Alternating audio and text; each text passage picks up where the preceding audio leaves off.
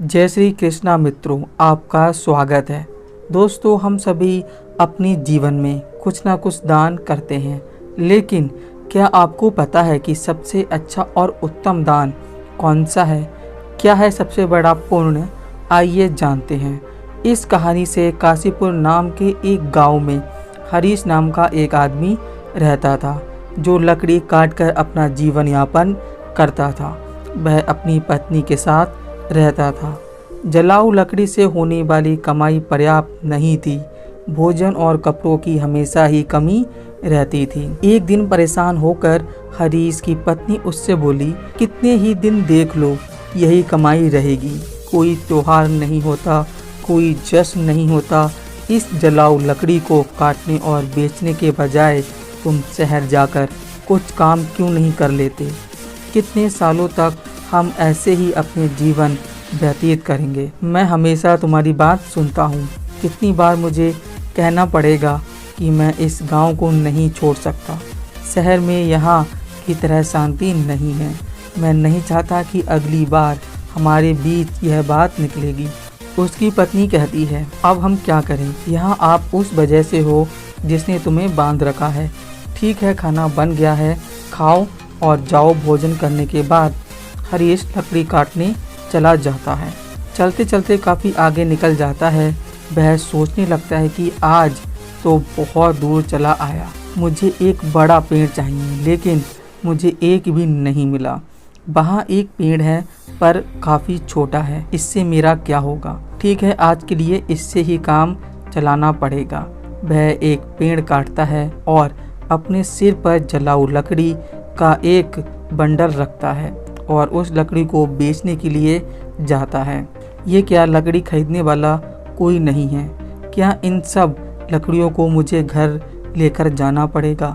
फिर रास्ते में एक आदमी उसे आवाज़ लगाता है, सुनो लकड़ी बेचने वाले, इधर आओ। यह जलाऊ लकड़ी कितने की है? महाराज, आपको सारी चाहिए या आधा? अगर सारी लकड़ियाँ चाहिए तो केवल 10 रुपये में दे दूँगा। मुझे सारी लकड़ियाँ चाहिए, लेकिन तुमने जो दाम कहा है उतने दाम में नहीं, मैं केवल 5 रुपये दे सकता हूँ। अरे महाराज, इस कीमत पर तो मैं नहीं बेच सकता, पर वैसे मैं थक गया हूँ तो दे दूँगा। 5 रुपये दे दीजिए, पहले ही बहुत देर हो चुकी है। आप मुझे वो 5 रुपये जल्दी से दे दीजिए। मुझे घर भी जाना है और खाना भी खाना है। यह लो तुम्हारे 5 रुपये, यह सारी लकड़ियाँ वहाँ रख दो। वैसे तुम मुझे भूखे लग रहे हो, क्या तुम कुछ खाना खाओगे? सब तैयार है, खाना खाओ और फिर जाना। हरीश कहता है, मुझे बहुत भूख लगी है, लेकिन अगर मैं खाऊंगा तो आपके लिए खाना नहीं बच पाएगा। रहने दीजिए, मैं घर जाकर खाऊंगा। चिंता मत करो, तुम खा लो, उसके बाद 10 लोग और खा सकें उतना खाना है मेरे पास। जब भी तुम्हें भूख लगे तुम यहाँ आकर खाना खा सकते हो। हरीश पूछता है, क्या आप हमेशा ही सबको ऐसे खाना देते हैं? जब तक ईश्वर मुझे शक्ति देता है तब तक मैं यह करना चाहता हूँ, फिर भगवान की इच्छा। ठीक है, तो मैं आज खाना यहीं पर खाऊंगा। उस दिन हरीश ने उस पंडित शास्त्री के घर भरपेट खाना खाया और धन्यवाद करते हुए बोला, महाराज, आप बहुत अच्छे और उदार दिल के हैं। ऐसा अच्छा काम करने में मैं आपकी मदद करना चाहता हूँ। अब मैं 10 रुपये वाली कीमत की लकड़ियाँ 5 रुपये में दूंगा। ठीक है, तो अब मैं चलता हूँ। ठीक है बेटा, सकुशल जा। हरीश ने अपनी काटी हुई सारी लकड़ियाँ पंडित शास्त्री को दे दी और घर के लिए निकल गया। उसकी पत्नी बोली, क्या हुआ? इतनी देर तक क्या कर रहे थे? क्या आजकल का कोई अच्छा साधन मिल गया है? लाभ ऐसे? हरीश बोला, देखने जाओ तो सौदा अच्छा नहीं था। 5 रुपये मिले हैं, रोज से कम ही हैं। ये लो। क्या सच में तुम 5 रुपये दे रहे हो? मैंने सोचा था कि जितना तुम रोज़ देते हो उससे दुगना तो दोगे, लेकिन तुमने मुझे उसका आधा ही दिया है। तुम इतने लंबे समय से कहाँ थे और क्या कर रहे थे? अरे मैं लकड़ियाँ बेचने निकला था, पर कोई खरीद नहीं रहा था, तो मैं हमारे पास के गांव गंगापुर में मिस्टर शास्त्री नाम के एक ब्राह्मण के घर गया था। वहाँ पर जो भी जाता है वो उन्हें प्यार से खाना खिलाते हैं। ऐसे लोगों के लिए हमें कुछ न कुछ ज़रूर करना चाहिए। हरीश की पत्नी कहती है हमेशा खाना देता है तो फिर वह बहुत पैसे वाला होगा, नहीं तो वह यह कैसे करेगा। इतने लोगों को खाना देने वाले की तुमने कैसे मदद की। हरीश बोला वो इतने अमीर नहीं हैं जितना तुम सोच रही हो, वह दान की अच्छे भावना रखते हैं। गंगापुर मंदिर के पुजारी हैं और वह अपनी कमाई से ही खाना देते हैं सबको। ना तो पूछ रही थी कि तुमने उस ब्राह्मण के कैसे मदद की। हमारी आमदनी बहुत कम है, हम क्या मदद कर सकते हैं। स्वर्ग जाने के बारे में मत सोचो, पहले धरती के बारे में सोचो। फिर हरीश कहता है तुम्हें पता भी है मैंने क्या किया। मैंने उस ब्राह्मण से कहा कि जो लकड़ी मैं लाता हूँ उसे आधे दाम में दे दूँगा और कल से कुछ लकड़ियाँ उनके लिए और बाकी लकड़ियाँ हमारे बेचने के लिए काट लूँगा। पत्नी बोली इतना ही काफ़ी है, लेकिन अगर तुम जलाऊ लकड़ी के 2 अर्थ यही नहीं काट सकते तो तुम ऐसे ही 5 रुपये लेकर वापस आओ, और 5 रुपये में मैं घर कैसे चलाऊं, तुम ही बताओ। हरीश बोला जो मैं चाहता हूं उसे पूरा करने की कोशिश करूंगा। और फिर भगवान की इच्छा, मैंने उन ब्राह्मण के घर खाना खाया है, तुम भी साथ चलना खाना खाने। हरीश एक दिन जलाऊ लकड़ी काटता था और मिस्टर शास्त्री के दिए वादे के मुताबिक सिर्फ 5 रुपये में देता था। एक दिन मिस्टर शास्त्री भोजन करने बैठे ही थे, तभी बाहर से आवाज़ आई महाराज लकड़ी लाया हूँ, 5 रुपये दे दीजिए, यहाँ आकर अपनी लकड़ियाँ ले लीजिए ताकि मैं चला जाऊँ। फिर शास्त्री ने कहा देखो हरीश, मैं आज तुम्हें 5 रुपये नहीं दे सकता, तो तुम अपनी सारी लकड़ियाँ वापस ले जाओ। हरीश बोला क्यों जाऊँ, यहीं के लिए लाया हूँ, पैसे कल दे देना, मुझे बहुत भूख लगी है तो कुछ खाना खिला दीजिए। खाना तो खिला ही सकते हैं ना, वैसे भी आप सभी को खिलाते हैं। बहुत अच्छे हरीश, पहले अपने पैर धो लो, तब तक मैं भोजन की व्यवस्था करता हूँ। मिस्टर शास्त्री घर में जाकर अपनी पत्नी को यह बात बताते हैं। उसकी पत्नी बोली तुमने ऐसा वादा क्यों किया, हमारे घर में खाने के लिए कुछ भी नहीं बचा है सिवाय उस खाने के जो आप अभी खाने वाले हैं। हम इस समय हरीश को कैसे खिलाएंगे, पूरा खाना खत्म हो चुका है। क्या आपको यह पता नहीं है? अरे इसमें ऐसी भी क्या बात हो गई है, तुमने मुझे जो खाना परोसा है वह हरीश के लिए काफ़ी है। मैं सोच रहा हूँ कि आज उपवास कर लूँ, और मुझे बताओ कि तुम ऐसा कितनी बार करोगे। जब हमारे पास नहीं है तो यह सब क्यों करना है। सब कहाँ से लाएं, सब भगवान देता है। पहले हरीश को खिलाकर आओ।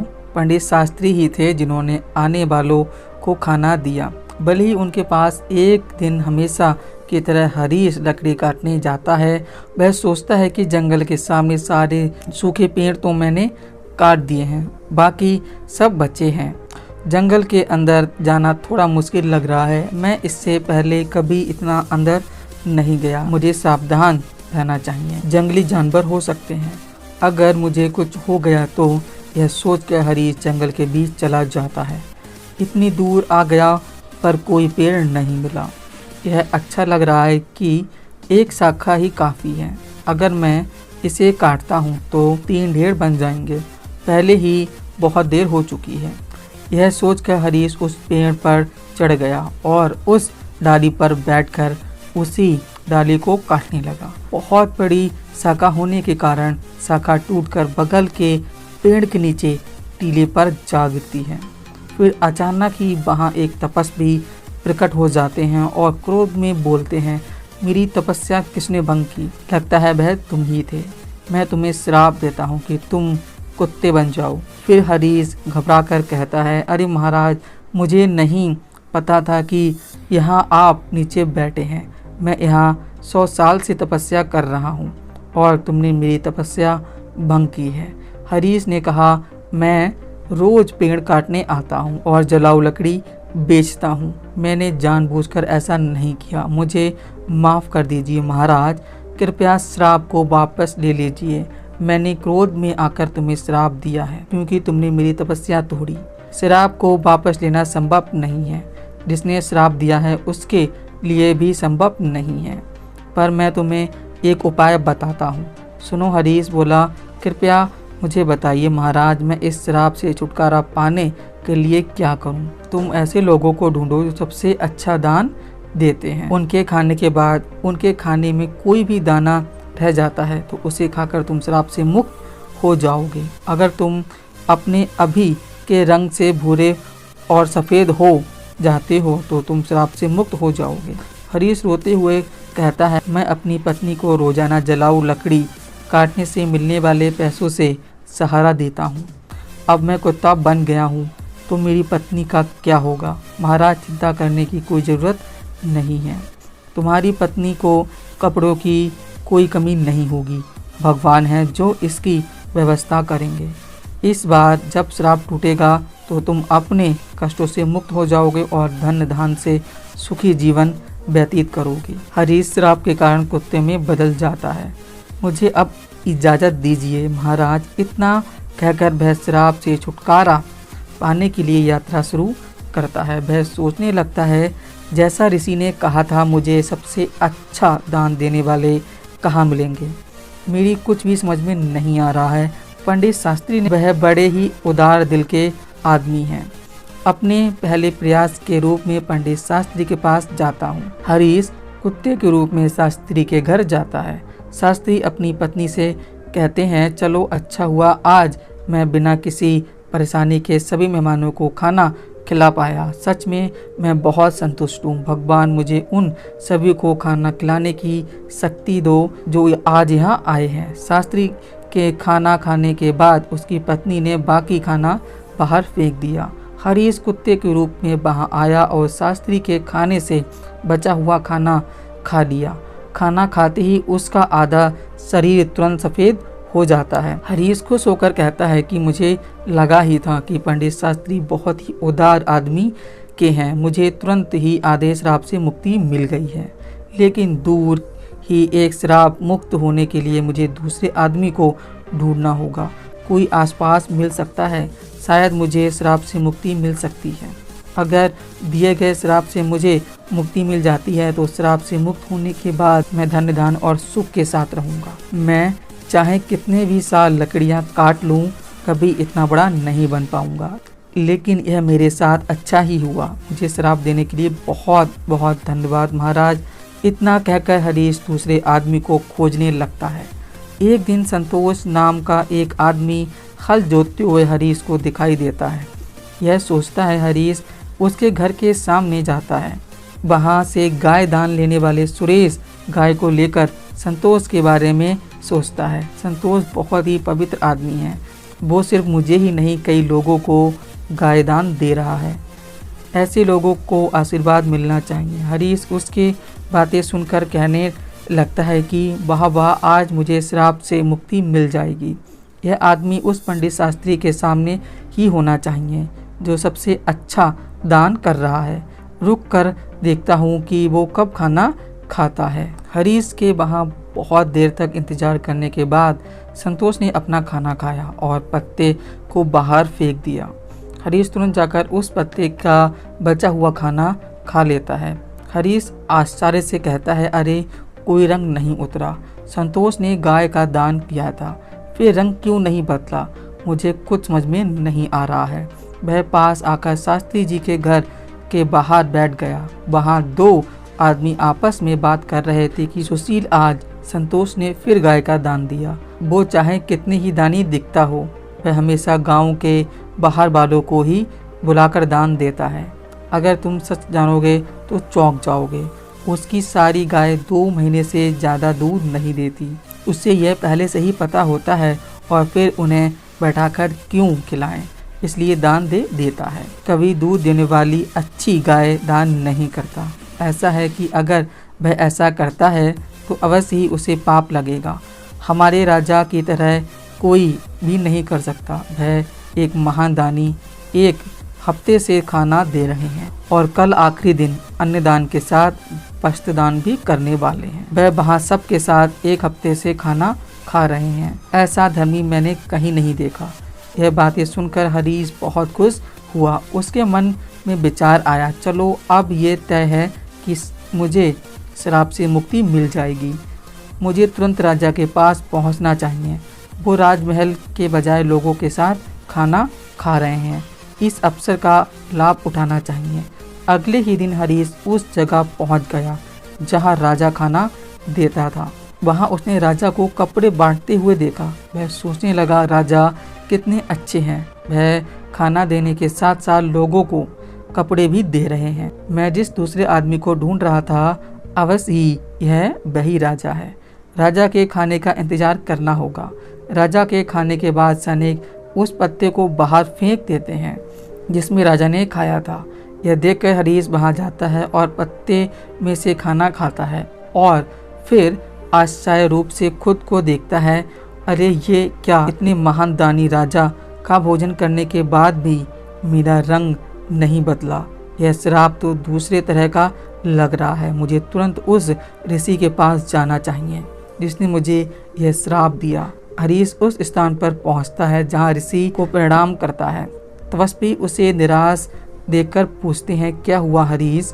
ऐसा लगता है कि तुम्हें अभी तक केवल एक ही आदमी मिला है, केवल आधा रंग बदला है। क्या तुम्हें और कोई नहीं मिला? श्राप मिले हुए बहुत दिन हो गए। फिर हरीश कहता है, मुझे तो शंका है। पंडित शास्त्री का खाना खाकर मैं आधा सफ़ेद हो गया। इसके बाद मैंने उनसे भी ज़्यादा दान करते लोगों को देखा। उन्होंने जो खाना खाया उसे खाने से कोई फायदा नहीं हुआ। महाराज, इसके अलावा हमारे शहर के राजा बहुत धनी हैं। एक हफ्ते तक उन्होंने सबको दान दिया, कपड़े भी दिए। इतने धर्मपरायण आदमी द्वारा खाना खाया हुआ खाने के बाद मैं श्राप से मुक्त नहीं हो पाया। इसमें कुछ रहस्य है महाराज, मुझे समझ में नहीं आ रहा है। आप ही बताइए ना महाराज। ऋषि ने उससे कहा, तुमने इतने को देखा, उनमें से किसी के द्वारा दिया गया दान सच्चा नहीं था। संतोष ऐसी चीजें दे रहा था जिसकी उसे जरूरत नहीं थी। अगर उसे उनकी जरूरत होती तो वह उन्हें दान नहीं करता। ऐसे ही राजा जो कुछ भी देता है उसे दान नहीं माना जाएगा, क्योंकि राजा खुद नहीं कमाता है। तुम्हारे द्वारा भी करों में से चुकाए गए धन को उस राज्य के लोगों पर खर्च करता है। तेल के दाम में भोजन और वस्त्र आपके द्वारा कर के रूप में ही दिए गए थे, इसलिए जो भी दान उसने कल दिए उसे दान नहीं माना जाएगा। यह लोगों का पैसा है और लोगों पर खर्च करता है। समझ रहे हो तुम? इसमें राजा का दान कहाँ है? इसलिए राजा ने जो भी समृद्ध भोजन खाया वह तुम्हें श्राप से मुक्त नहीं कर पाया। देखो हरीश, सही दान जो शास्त्री ने भूखे को खाना दिया था वो था। भले ही उन्होंने खाना नहीं खाया, इसलिए उसका दान सबसे अच्छा है। कुछ और प्रयास करो, तुम श्राप से मुक्ति पाने के करीब हो। समझ गया महाराज, धन्यवाद। हरीश उदास मन से वहाँ से चला जाता है।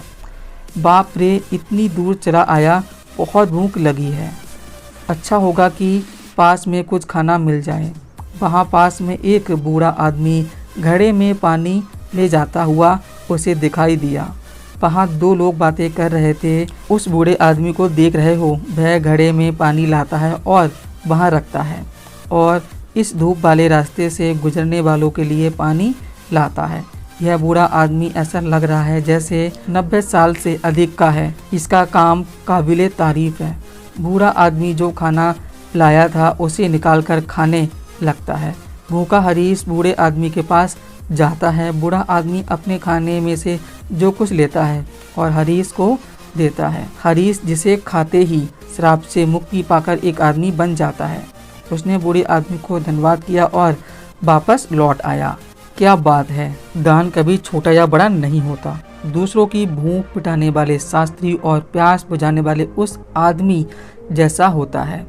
सबसे अच्छा दान खुद के बजाय दूसरों की मदद करना होता है। ऐसे ही चलते चलते हरीश अपनी पत्नी के पास गांव में पहुंच जाता है और खुशी से रहने लगता है।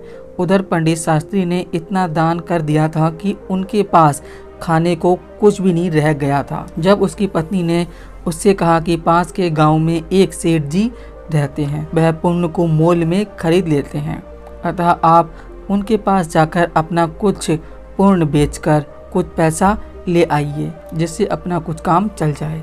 शास्त्री की इच्छा न रहते हुए भी वह पत्नी के बार बार कहने पर वहाँ जाने को तैयार हो गया। उसकी स्त्री ने उसे खाने के लिए 4 रोटियां बनाकर साथ में दी थी। वह अपने घर से चल दिया। जब उस नगर के समीप पहुंचा जिसमें वह सेठ रहते थे, वहां एक तालाब था। वहीं स्नान आदि कर्मों से निवृत्त होकर वो रोटी खाने के लिए बैठा ही था कि इतने में एक कुतिया उसके सामने आ गई। उस कुतिया ने वन में बच्चों को जन्म दिया था। उसके बच्चे और वह भूखे थे। सभी 3 दिन से भूखे थे और भारी बरसात हो रही थी। उसी के कारण वह बच्चों को छोड़कर शहर में नहीं जा सकती थी। कुतिया को भूखा देखकर शास्त्री ने उस कुतिया को एक रोटी दे दी। उसने उस रोटी को खा लिया। फिर दूसरी रोटी दे दी। दूसरी रोटी को भी उस कुतिया ने खा लिया। इस तरह उसने एक एक करके 4 रोटियां कुतिया को खिला दी। कुतिया रोटी खाकर तृप्त हो गई। फिर वह वहाँ से भूखा ही उठकर चल दिया। फिर वह उस सेठ के पास पहुंचा। सेठ के पास जाकर उसने अपना पुण्य बेचने की बात कही। सेठ ने कहा, आप दोपहर के बाद आइए। उस सेठ की पत्नी बहुत पतिव्रता थी। उसने अपनी पत्नी से पूछा कि एक महाजन आए हैं और वह अपना पुण्य बेचना चाहते हैं, इसलिए तुम मुझे बताओ कि उसके पुण्यों में से कौन सा पुण्य सबसे बढ़कर है जिसे मैं ले लूं।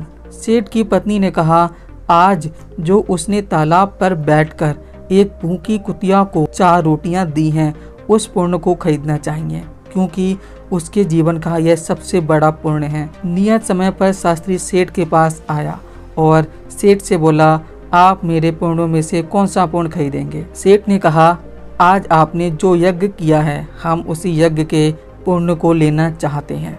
शास्त्री बोला, मैंने आज तो कोई यज्ञ नहीं किया, मेरे पास तो इतना पैसा ही नहीं था, मैं यज्ञ कैसे करता और कहाँ करता। इस पर सेठ ने कहा, आपने जो आज तालाब पर बैठकर एक भूखी कुतिया को 4 रोटियां दी हैं, मैं उसी पुण्य को लेना चाहता हूँ। शास्त्री ने पूछा, उस समय तो वहाँ कोई नहीं था, मुझे कोई देख भी नहीं रहा था, फिर आपको इस बात का कैसे पता लगा। सेठ ने कहा, मेरी पत्नी पतिव्रता है, उसी ने यह सब बातें मुझे बताई हैं। तब शास्त्री ने कहा, बहुत अच्छा, ले लीजिए, परंतु उसका मूल्य आप क्या देंगे।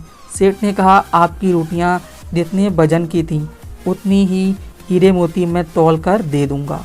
शास्त्री ने स्वीकार कर लिया। उसकी सम्मति के अनुसार सेठ ने एक अंदाज से उतनी ही वजन की 4 रोटियां बनाकर तराजू के एक कपड़े पर रख दी और दूसरे पलड़े पर हीरे मोती आदि रख दिए, किंतु बहुत से रत्नों के रखने पर भी रोटी वाला पलड़ा उठा नहीं। इस पर सेठ ने कहा, और रत्नों की थैली लाओ। जब शास्त्री ने अपने इस पुण्य का इस प्रकार का प्रभाव देखा तो उसकी आंखें खुल गईं। उसने कहा, सेठ जी, मैं अभी इस पुण्य को नहीं बेचूंगा। सेठ बोला, जैसी आपकी इच्छा। इसके बाद वह शास्त्री वहां से चला गया। उसी तालाब के किनारे से जहां बैठकर उसने कुतिया को रोटियां खिलाई थीं, इस चमकदार कंकड़ों, पत्थरों को तथा कांच के टुकड़ों को कपड़े में बांधकर अपने घर चला आया। घर आकर उसने वो पोटली अपनी पत्नी को दे दी और कहा, इसे भोजन करने के बाद खोलेंगे। ऐसा कहकर वो बाहर चला गया। उसकी पत्नी के मन में उस पोटली को देखने की बहुत इच्छा हो रही थी। उसने उस पोटली को खोला तो उसमें हीरे, पन्ने, मणिक आदि रत्न जगमगा रहे थे। वह बड़ी प्रसन्न हुई। थोड़ी देर बाद जब शास्त्री वापस आए तो स्त्री ने पूछा, इतने हीरे पन्ने कहाँ से लाए। शास्त्री ने बोला, क्यों मजाक करती हो। स्त्री ने कहा, मजाक नहीं, मैंने स्वयं खोलकर देखा है, उसमें ढेर के ढेर बेशकीमती हीरे पन्ने भरे पड़े हैं। शास्त्री बोला, मुझे लाकर दिखाओ। उसने पोटली खोलकर उसके सामने रख दी थी। वो उन्हें देखकर चकित हो गया। उसने इसको अपने उस पुण्य का प्रभाव समझा जो उसने कुतिया को रोटियां खिलाई थी, और उसने अपनी यात्रा का सारा वृतांत अपनी पत्नी को सुनाया। दोस्तों, इस कहानी का अभिप्राय यह है कि अभावग्रस्त आतुर प्राणी को दिए गए दान का अनंत गुना फल हो जाता है।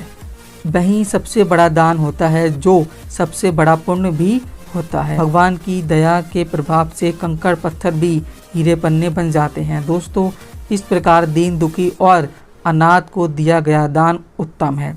किसी को संकट के समय दिया हुआ दान बहुत ही लाभकारी होता है। भूकंप, बाढ़ या अकाल आदि के समय आपातग्रस्त प्राणी को एक मुट्ठी चना देना भी बहुत उत्तम माना जाता है। वह सबसे बड़ा पुण्य होता है जो विधि पूर्वक सोना, गहना, तुला दान आदि किया जाता है। उससे उतना लाभ नहीं होता जितना आपत्ति काल में दिए गए थोड़े दान का होता है। इसलिए प्रत्येक मनुष्य को आपत्तिग्रस्त, अनाथ, विकलांग, विधवा आदि की सेवा करनी चाहिए। कुपात्र को दान देना तामसी होता है। मान, बड़ाई या प्रतिष्ठा के लिए दिया हुआ दान राजसी है, क्योंकि मान, बड़ाई, प्रतिष्ठा भी पसंद करने वाली होती है। आज तो यह मन प्रशंसा हमें मीठी लगती है, पर उसका निश्चित परिणाम पतंग का होता है। अतः मान, बड़ाई की इच्छा का त्याग करते ही दान करना चाहिए और उसी का अनंत गुना फल हो जाता है। वही सबसे बड़ा पुण्य माना जाता है। दान का महत्व त्याग का होता है। वस्तु के लिए मूल्य और संख्या का नहीं होता है। ऐसी त्याग भावना से जो सुपात्र को जिस वस्तु का जिसके पास अभाव है उसे वह वस्तु देना और उसमें किसी प्रकार की कामना को ना रखना उत्तम दान कहलाता है और उसका पुण्य अनंत गुना होता है। निष्काम भाव से किसी भूखे को भोजन और प्यासे को पानी पिलाना सात्विक दान होता है। तो दोस्तों, कैसी लगी ये वीडियो कमेंट बॉक्स में ज़रूर बताएं। ऐसी ही और वीडियो देखने के लिए इस चैनल को ज़रूर सब्सक्राइब करें।